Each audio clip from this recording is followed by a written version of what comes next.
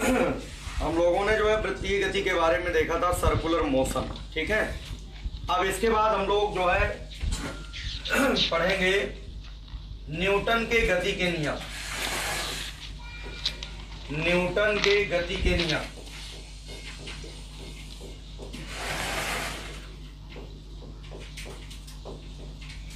Newton के गति के नियम, ये चैप्टर का नाम है न्यूटन्स लॉज ऑफ मोशन।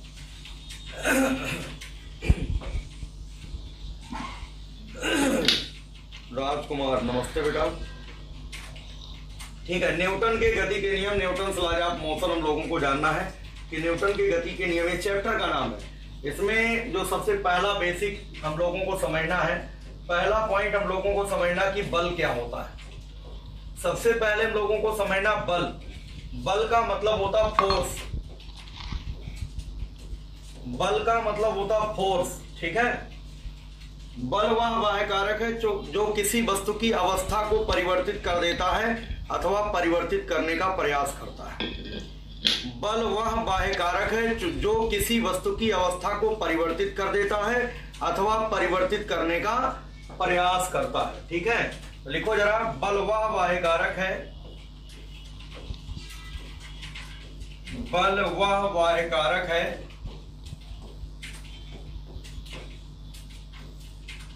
बल वह बाह्य कारक है जो किसी वस्तु की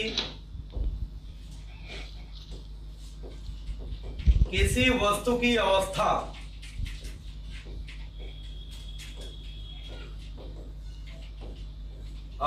को परिवर्तित कर देता है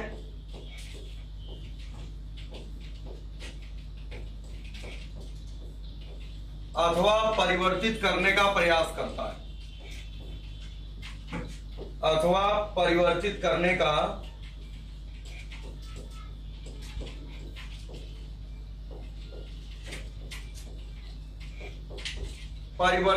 का प्रयास करता है।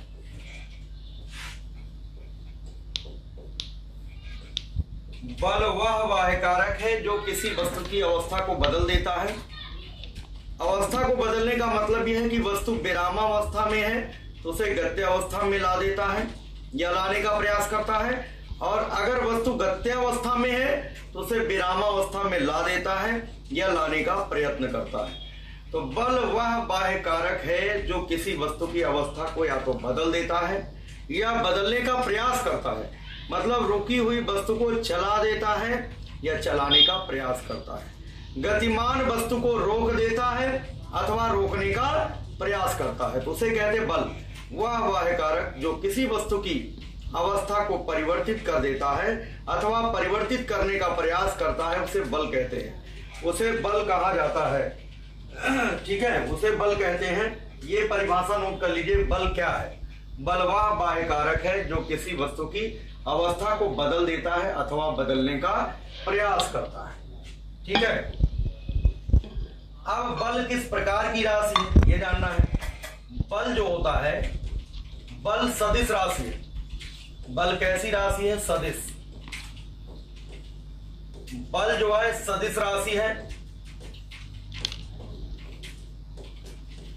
बल एक सदिश राशि है। बल का सूत्र देखिए, बल बराबर होता है द्रव्यमान गुणित त्वरण। बल बराबर होता है द्रव्यमान गुणित त्वरण होता है। बल बराबर होता है द्रव्यमान गुणित त्वरण। द्रव्यमान को त्वरण से गुणा कर दो तो क्या आएगा? बल।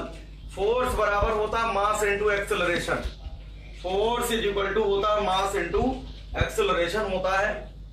बल का अगर एसआई मात्रक बात करें, बल का, ये सारी बातें शुरुआत में भी पढ़ा है हमने। बल का एसआई मात्रक अगर पूछा जाए, एसआई मात्रक क्या होता है? बल का एसआई मात्रक बच्चों न्यूटन होता है।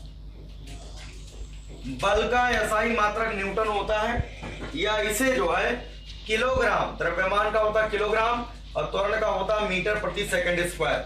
न्यूटन को ही कहते हैं बच्चों किलोग्राम।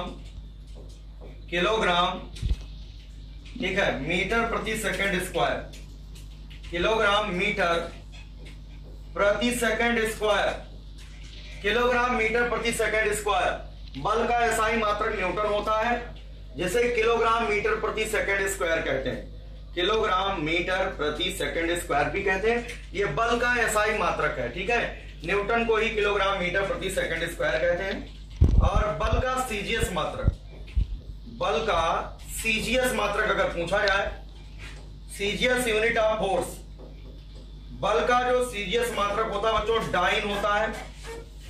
डाइन, जिसे या किलोग्राम की जगह ग्राम हो जाएगा, ग्राम, मीटर की जगह सेंटीमीटर हो जाएगा, ग्राम सेंटीमीटर प्रति सेकंड स्क्वायर, ग्राम सेंटीमीटर प्रति सेकंड स्क्वायर, डाइन या ग्राम सेंटीमीटर प्रति सेकंड स्क्वायर हो जाएगा बल का सीजीएस मात्रक।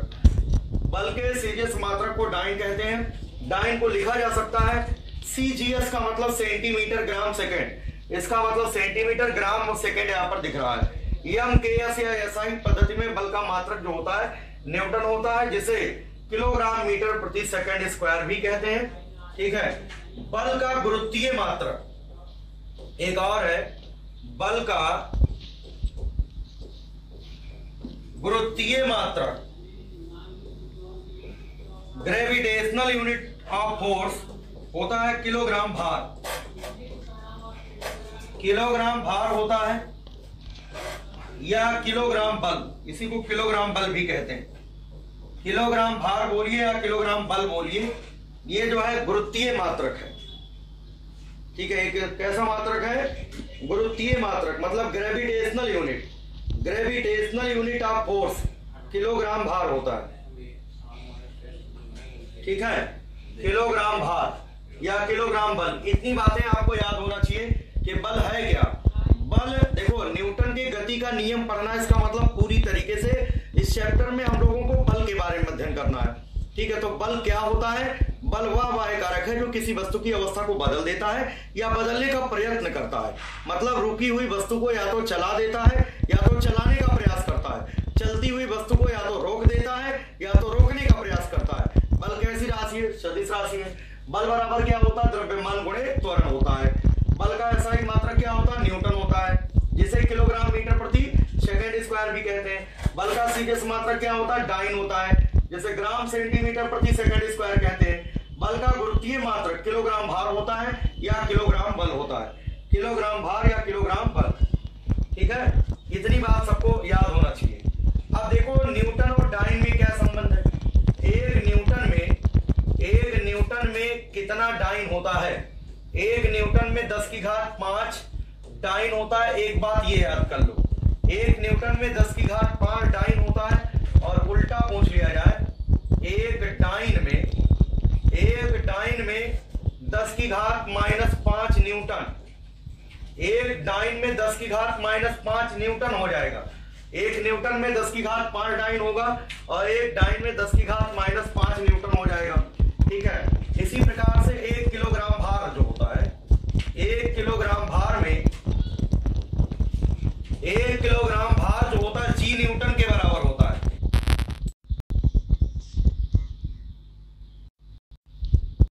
9.8 रख दें तो 9.8 न्यूटन और 10 रख देंगे तो 10 न्यूटन, तो 9.8 न्यूटन, 9.8 न्यूटन हो जाएगा, ठीक है।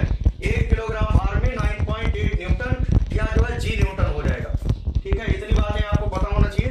और दूसरी बात यह है कि जो है बल का बीमा सूत्र, बल का विमीय सूत्र, बल का विमीय सूत्र क्या होता है? Dimensional formula MLT-2। बल का विमीय सूत्र होता है MLT-2, MLT-2, ये बल का विमीय सूत्र है, ठीक है। इतनी बात सबको समझ में आ गया होगा,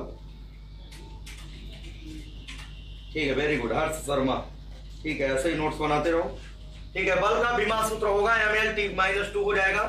विमा सूत्र बल सदिश राशि है, बल बराबर द्रव्यमान गुणे त्वरण होता है।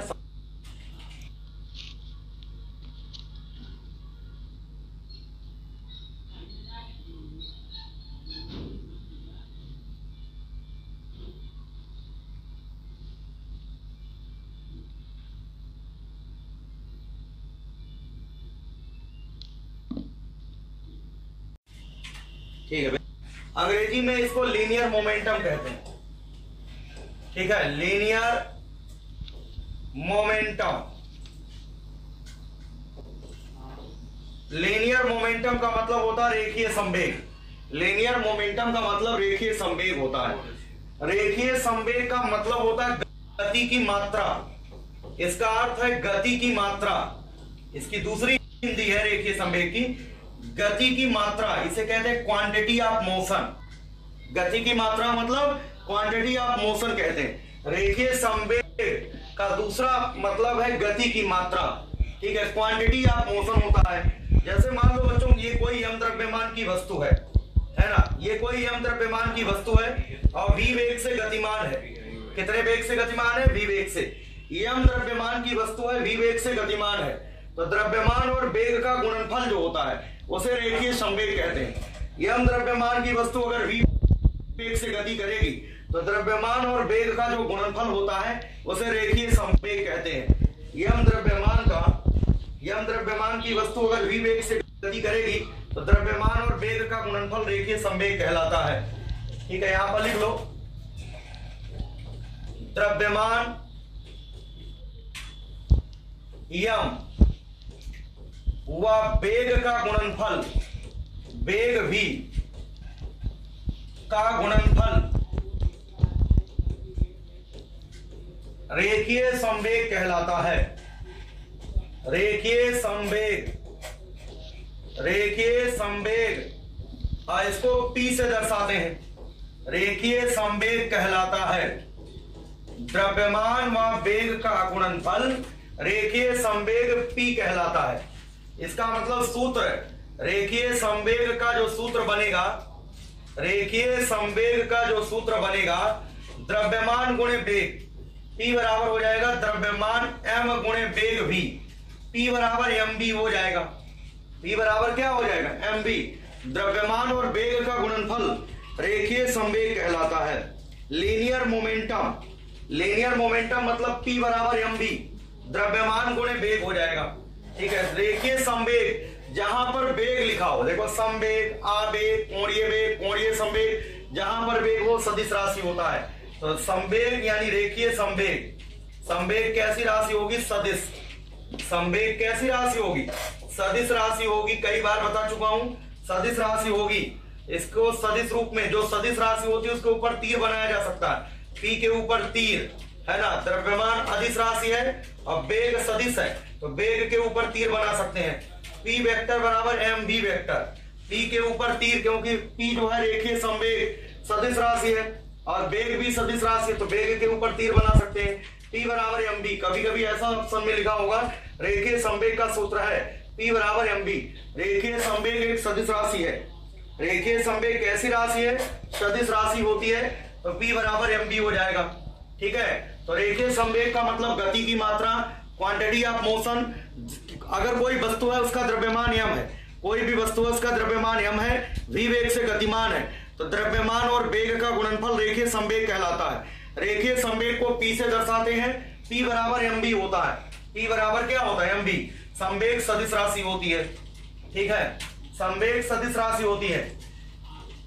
संवेग का एसआई मात्रक, संवेग का एसआई मात्रक, एसआई मात्रक क्या हो जाएगा? किलोग्राम मीटर प्रति सेकेंड।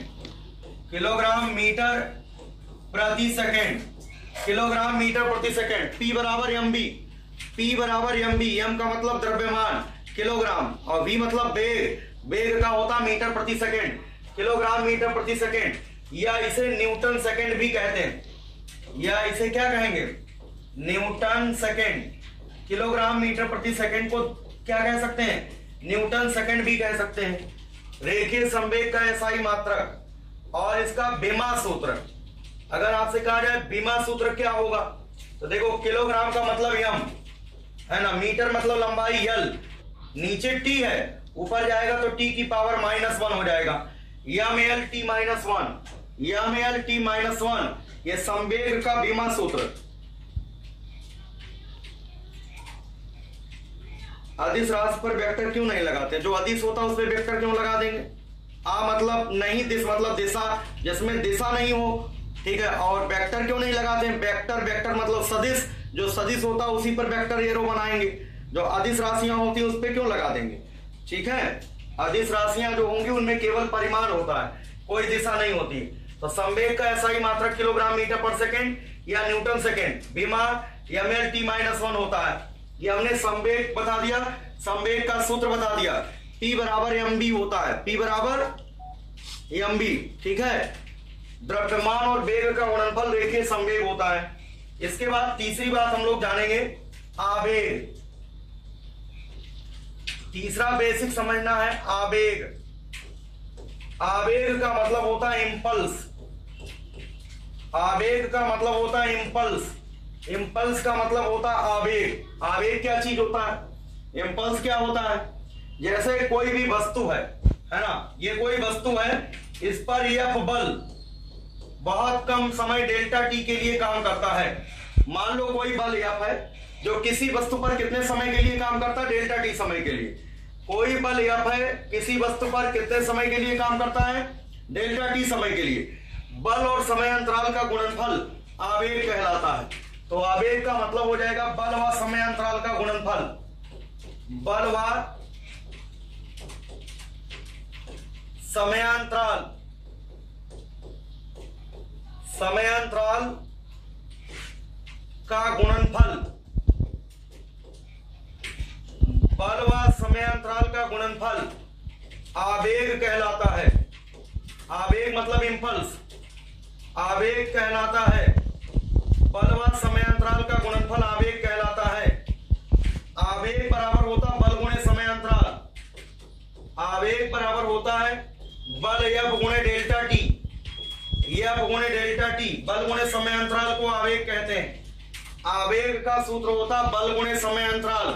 बल को समयांतराल से गुणा कर दीजिए तो क्या पता चल जाएगा? आवेग पता चल जाएगा। बल गुणे समयांतराल क्या होता है? आवेग होता है। आवेग भी सदिश राशि होगी। आवेग कौन सी राशि है? आवेग सदिश राशि है। आवेग सदिश राशि है और आवेग का भी मात्रक न्यूटन सेकेंड होगा। आवेग का मात्रक, आवेग का मात्रक इसका न्यूटन, इसका सेकेंड हो जाएगा न्यूटन सेकेंड। आवेग का मात्रक हो जाएगा न्यूटन सेकेंड। बल का होता न्यूटन और डेल्टा टी का होता सेकेंड, तो न्यूटन सेकेंड इसका भी हो जाएगा। आवेग का विमा सूत्र वही है जो संवेग का। आवेग का विमा सूत्र, आवेग का विमा सूत्र,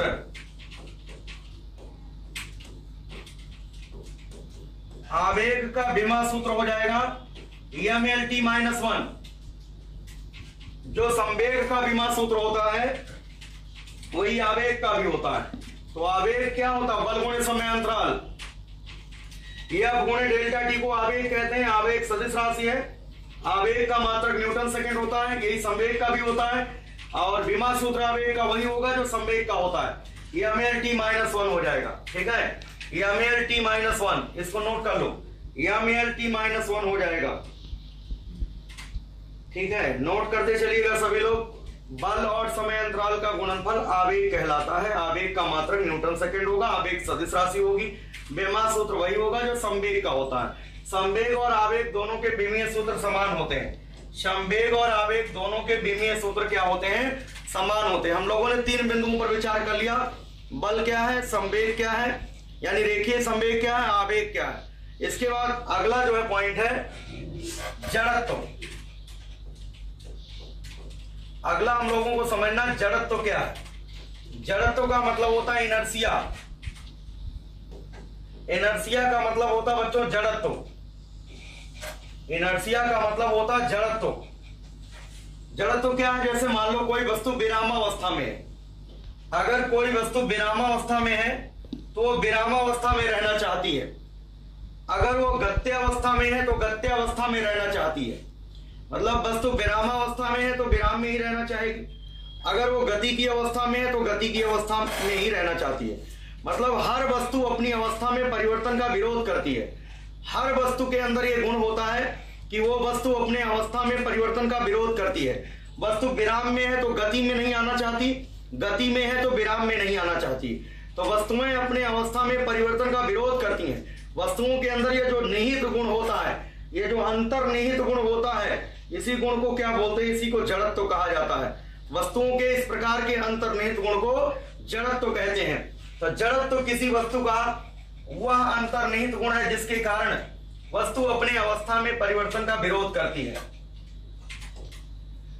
जिस गुण के कारण, गुण मतलब अंतर्निहित गुण,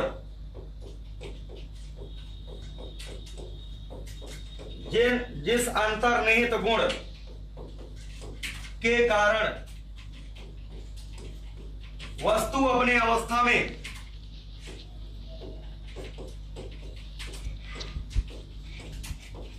अपनी अवस्था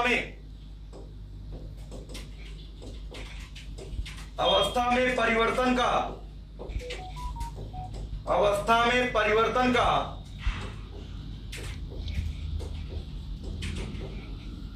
विरोध करती है,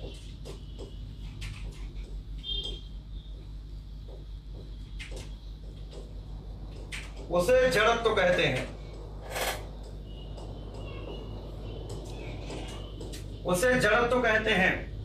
जिस अंतर्निहित गुण के कारण से वस्तु अपनी अवस्था में परिवर्तन का विरोध करती है, उसी गुण को क्या बोलते हैं? जड़त्व कहते हैं। विरोध करने का क्या मतलब है?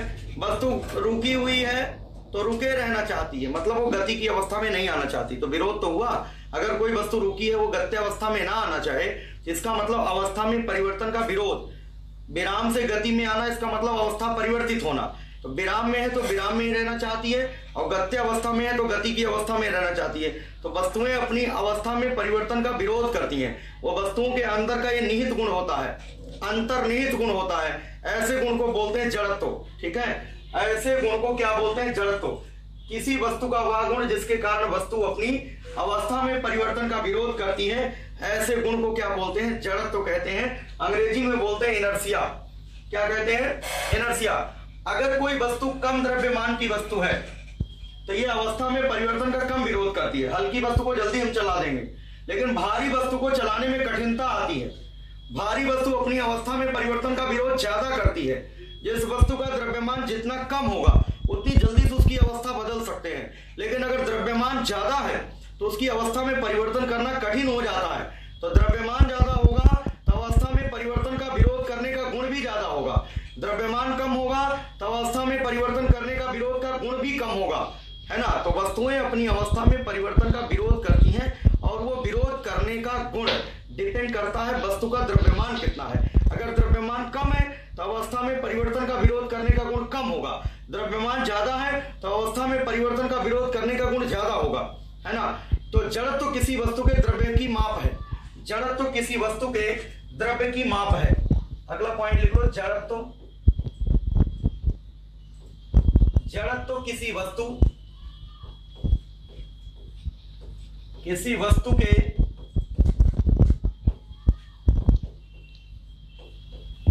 द्रव्य की माप है। द्रव्य मतलब द्रव्यमान। जड़त्व किसी वस्तु के द्रव्य की माप है। जड़त्व किसी वस्तु के द्रव्य की माप है। वस्तु का द्रव्यमान ज्यादा तो जड़त्व ज्यादा। कहने का मतलब जड़त्व समानुपाती होगा द्रव्यमान के। जड़त्व समानुपाती होगा वस्तु के द्रव्यमान के।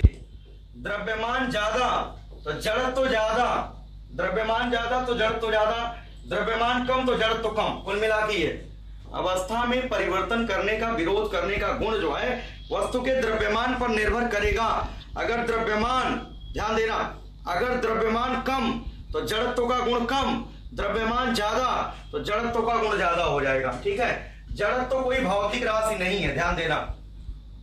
जड़त्व कोई भौतिक राशि नहीं है। जड़त्व कोई भौतिक राशि नहीं है। जड़त्व कोई भौतिक राशि नहीं है। जड़त्व कोई भौतिक राशि नहीं है।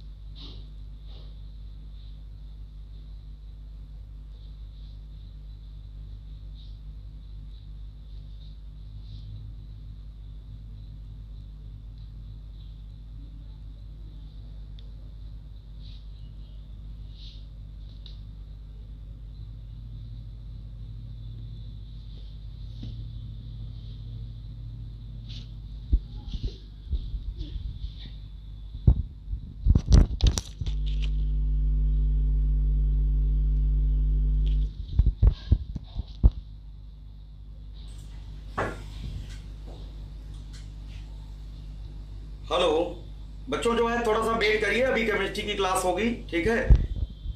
थोड़ी देर बाद केमिस्ट्री क्लास होगी। अभी हम थोड़ा सा कुछ लोग आ गए हैं तो बातचीत करना है। बाकी आप लोग रेडी रहिए, लाइव रहिएगा। अभी 5 से 10 मिनट में आप वेट करिए, अभी केमिस्ट्री की क्लास होगी, ठीक है। थोड़ी देर बाद केमिस्ट्री क्लास होगी। अभी हम थोड़ा सा कुछ लोग आ गए हैं तो बातचीत करना है। बाकी आप लोग रेडी रहिए, लाइव रहिएगा। अभी 5 से 10 मिनट में आपकी क्लास जो है स्टार्ट हो जाएगी, ठीक है। धन्यवाद।